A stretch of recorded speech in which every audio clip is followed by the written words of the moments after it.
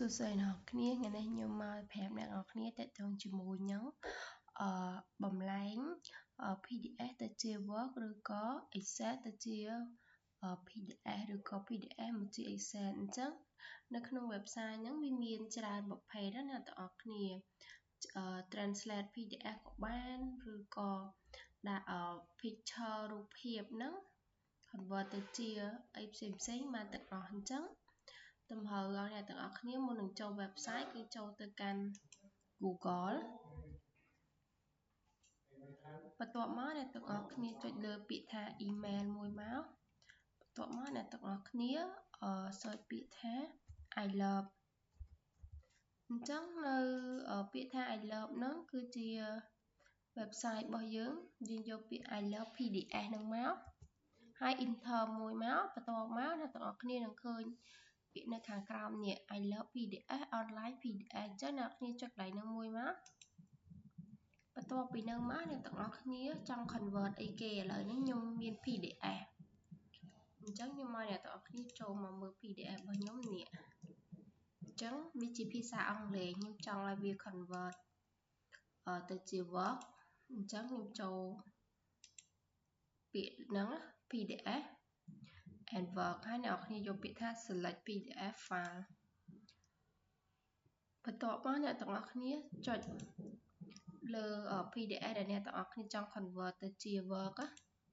ហើយចុចលើនឹងមួយមកហើយបន្ទាប់មកអ្នកទាំងអស់គ្នាចុចពាក្យថា convert to Word to PDF to Word sorry អ្នកគ្នាជាប់មាត់បន្ទាប់មកវានឹងload ពាក្យថា download Word អ្នកគ្នាចុចលើនឹងមួយមកបន្ទាប់មកវានឹង load មកអ្នកគ្នាអញ្ចឹងអ្នកគ្នា open វាលើនឹងមក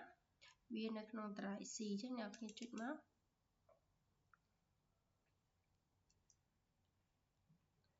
ហើយអ្នកគ្នាចុចពាក្យថា yes អញ្ចឹងនេះអ្នកគ្នាឥឡូវនេះវាបាន load មកនៅក្នុង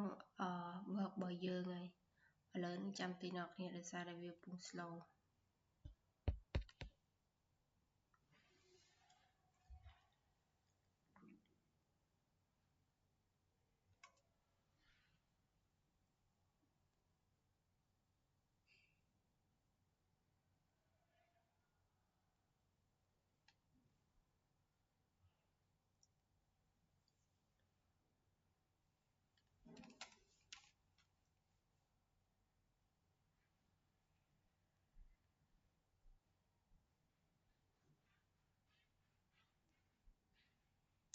អញ្ចឹងនៅកន្លែងហ្នឹងអ្នកទាំងអស់គ្នាអាច convert អីផ្សេងបានឥឡូវនេះខ្ញុំចង់ convert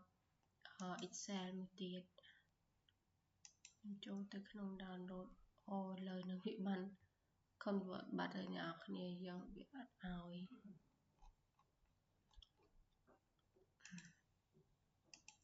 អានេះគេនេះគេយក Excel សូមអ្នកនរគ្នានេះយក PDF to Excel វិញហើយ select លើនឹងមកនេះវា load មកអញ្ចឹងអ្នកនរគ្នាចុចលើនឹងមកហើយ convert វាបន្ទាប់មក download បន្ទាប់មកអ្នកនរគ្នាចុច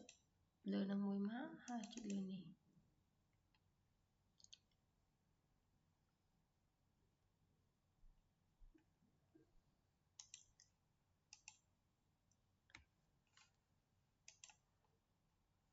ឥឡូវនេះវាចុចមក tab ទី1អញ្ចឹងវាបំបែកជា2 tab ដោយវាបំបែកចេញជា5 tab អ្នកនរគ្នាដោយសារតែវាមានអក្សរច្រើននេះអ្នកនរគ្នានេះ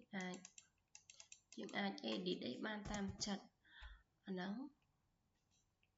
អញ្ចឹងខ្ញុំប្រាប់តើតើជាមួយនឹង website ហ្នឹងហើយអ្នកទាំងអស់គ្នាអញ្ចឹងខ្ញុំចង់ប្រាប់មួយទៀតសម្រាប់អ្នកនរគ្នា convert ទៅជាអក្សរខ្មែរដូចជា Word ទៅជា PDF អត់អីអ្នកទាំងអស់គ្នាប៉ុន្តែបើអ្នកទាំងអស់គ្នាចង់ convert PDF ទៅជា Excel ឬក៏ Word គឺអត់កើតទេអ្នកគ្នាគឺអក្សរខ្មែរគឺវាអត់ support ជាមួយទេអ្នកនរគ្នាអញ្ចឹងខ្ញុំចង់ប្រាប់អ្នកនរគ្នាថាសម្រាប់វីដេអូហ្នឹងខ្ញុំគឺមានតែប៉ុណ្្នឹងទេអ្នកទាំងអស់គ្នាអញ្ចឹងខ្ញុំសូមអរគុណអ្នកទាំងអស់គ្នា